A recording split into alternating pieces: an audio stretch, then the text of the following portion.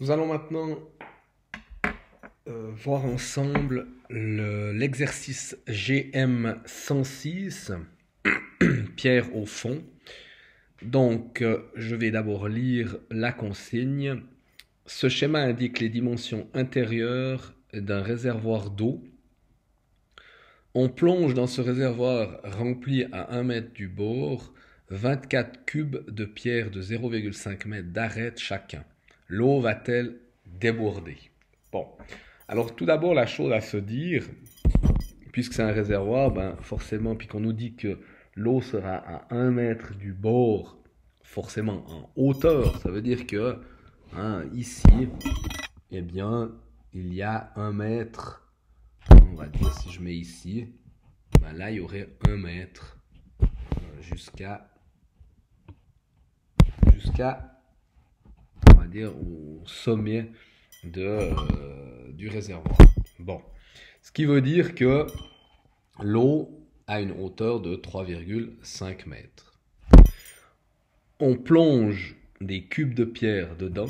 Ben forcément, vous avez tous fait l'expérience. Si vous avez un verre d'eau et que vous mettez quelque chose dedans, le niveau de l'eau va monter.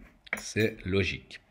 Alors nous, on veut savoir, eh bien, on nous pose la question, est-ce que l'eau va déborder avec ces 24 pierres? Alors d'abord, la chose à faire, c'est la suivante. On va faire le volume total. Admettons que le réservoir soit rempli jusqu'au sommet. Alors, ce qui va nous faire 1 mètre fois 3 mètres fois 4,5 mètres, ce qui nous donne 13,5 mètres cubes. Ça, c'est quand le réservoir est rempli à ras-bord. Maintenant, je vais faire le volume de l'eau que l'on a mise dans ce réservoir. Alors, toujours 1 mètre fois 3 mètres et cette fois 3,5 mètres puisque je m'arrête, puisque j'ai 4,5 moins les 1 mètre, ça fait ça. Donc 1 mètre fois 3 mètres fois 3,5 mètres, ce qui fait 10,5 mètres cubes. Ensuite, eh bien, je peux calculer finalement la différence entre le total quand le réservoir est plein et le volume de l'eau qu'il y a maintenant à 3,5 mètres.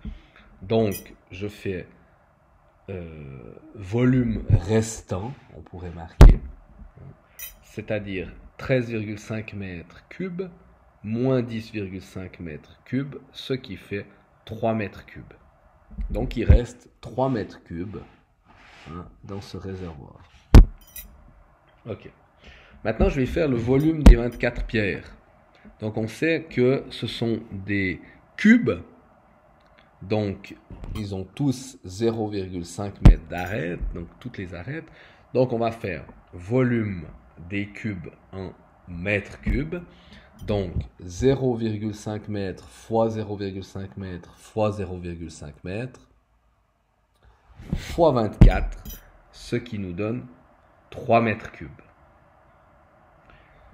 Donc ensuite, on fait le volume que l'on avait trouvé, c'est-à-dire le volume de l'eau, 10,5 mètres cubes plus 3 mètres cubes, ce qui donne 13,5 mètres cubes. Ça veut dire que, eh bien, l'eau ne va pas déborder.